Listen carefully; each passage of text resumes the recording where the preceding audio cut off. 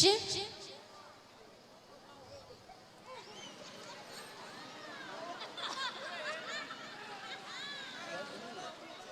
ဘာပြောလိုက်တာလဲအချစ်ကျော်ဆိုတဲ့တချင်းလေးရဲ့အခုတစ်မျိုးတော့ကြတစ်မျိုးဆိုတဲ့တချင်းလေးရဲ့ရှင်အော်မဟူရညမှာအပြောင်ရှာမဟူရညအဲ့ဒါလေးကလေအငိတ်ခဲကြရင်ဆိုပေးလို့ဖြစ်လာမသိဘူးအငိတ်ကားတဲ့ခါကြမှာလေအဲ့ကြရင်ဆိုပေးမယ်နော်ဆိုပေးမယ်အဲ့ကြရင်ဆိုပေးမယ်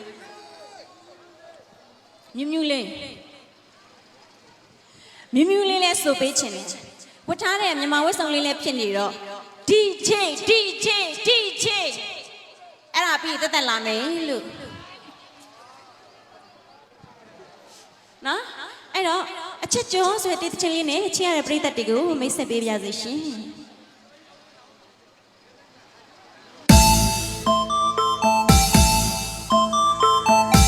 လောက်လို့ရပြီ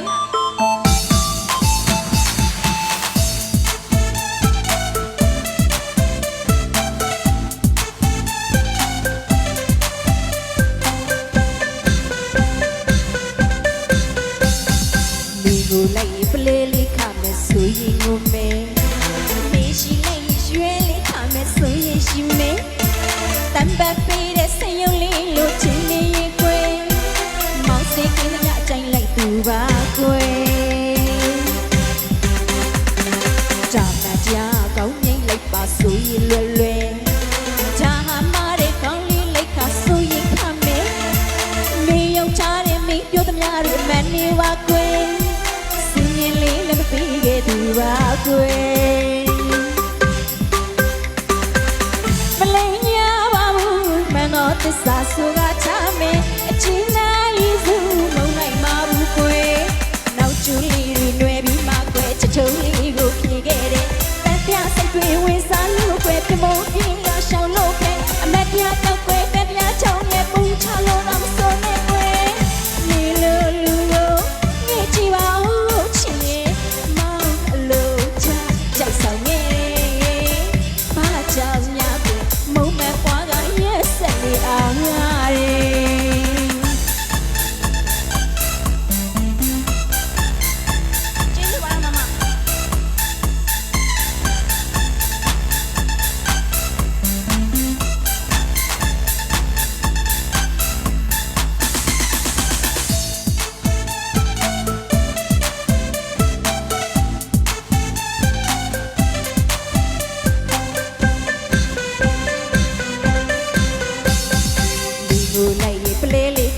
ဆိုရင်ကိုမဲ